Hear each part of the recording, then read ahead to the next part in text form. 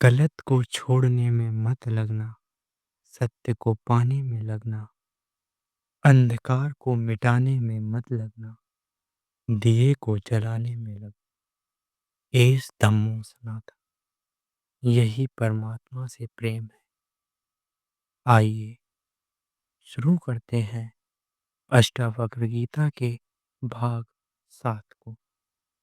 जनक जी अष्टावक्र जी से प्रश्न कर रहे हैं, जब सारा जगत रज्जु रस्सी में सर्प की तरह कल्पित है और मिथ्या है, तब फिर बंध और मोक्ष पुरुष को कैसे हो सकते हैं। मुक्ताभिमानो मुक्तो ही बद्धाभिमान्यपि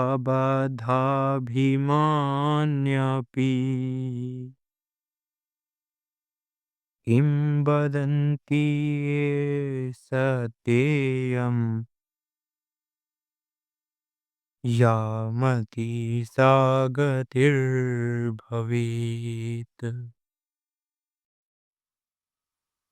हे जनक, बंध का कारण अभिमान है।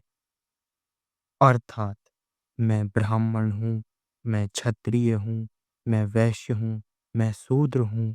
जैसा जैसा जिसको अभिमान होता है, वैसे वैसे वह कर्मों को करके उनके फलों का भोग करता है और एक जन्म से दूसरे जन्म को प्राप्त होता है और वही बंधायमान कहा जाता है।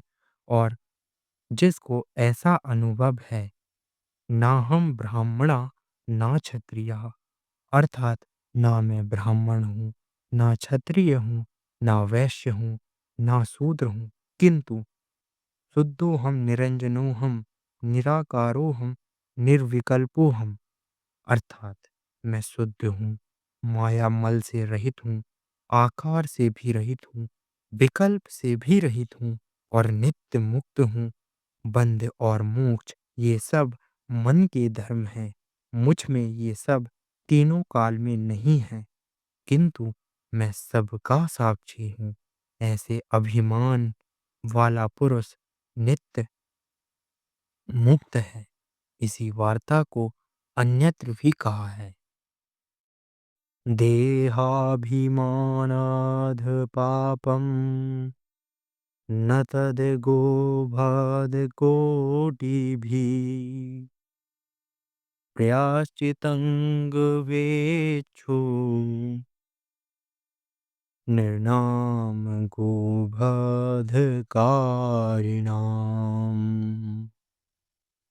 अर्थात जो देह के अभिमान से पुरुषों को पाप होता है, वह पाप करोड़ों गोओं के वध करने से भी नहीं होता, क्योंकि करोड़ों गोओं के वध करने वाले की शुद्धि के लिए शास्त्र में प्रायश्चित लिखा है।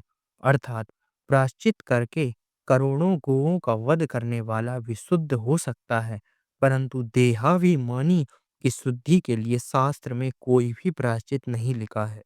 इसी वास्ते जाति वर्ण आदि तो देह के धर्म हैं। उन धर्मों को जो आत्मा में मानते हैं, वे ही देहाभिमानी कहे जाते हैं और वे ही सदा बंधेमान रहते हैं।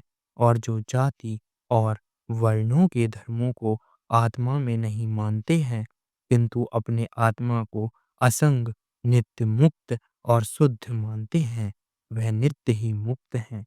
क्योंकि हे राजन, शास्त्रों में दो दृष्टि कही गई है, एक तो शास्त्र दृष्टि, दूसरी लौकिक दृष्टि। शास्त्र दृष्टि से तो देहादि के चर्म के अभिमानी का नाम ही है, क्योंकि अपने को चर्म का अभिमानी मानता है। और जो चर्म के अभिमान से रहित है, वही अपने को देहादिकों से भिन्न, नित्य, शुद्ध और बुद्ध मानता है, वही मुक्त है। एवं लोग भी कहते हैं कि जैसी जिसकी मति अर्थात बुद्धि अंतकाल में होती है, वैसी ही उसकी गति होती है। अर्थात जैसा जिसका निश्चय होता है, वैसा ही उसको फल प्राप्त होता है। अतएव हे राजन, तू भी अपने को शुद्ध, बुद्ध और मुक्त रूप निश्चय कर। जनक जी कहते हैं कि हे भगवान, जीवात्मा को जो बंध और मोक्ष है, वे दोनों वास्तव में हैं या अवास्तविक हैं। यदि बंधन वास्तव में हो, तब तो उसकी निवृत्ति कदापि ना होनी चाहिए। यदि मोक्ष ही वास्तविक हो, तो जीव को बंध कदापि ना होना चाहिए। इस शंका के उत्तर को आगे वाले वाक्य में अष्टावक्र जी कहते हैं।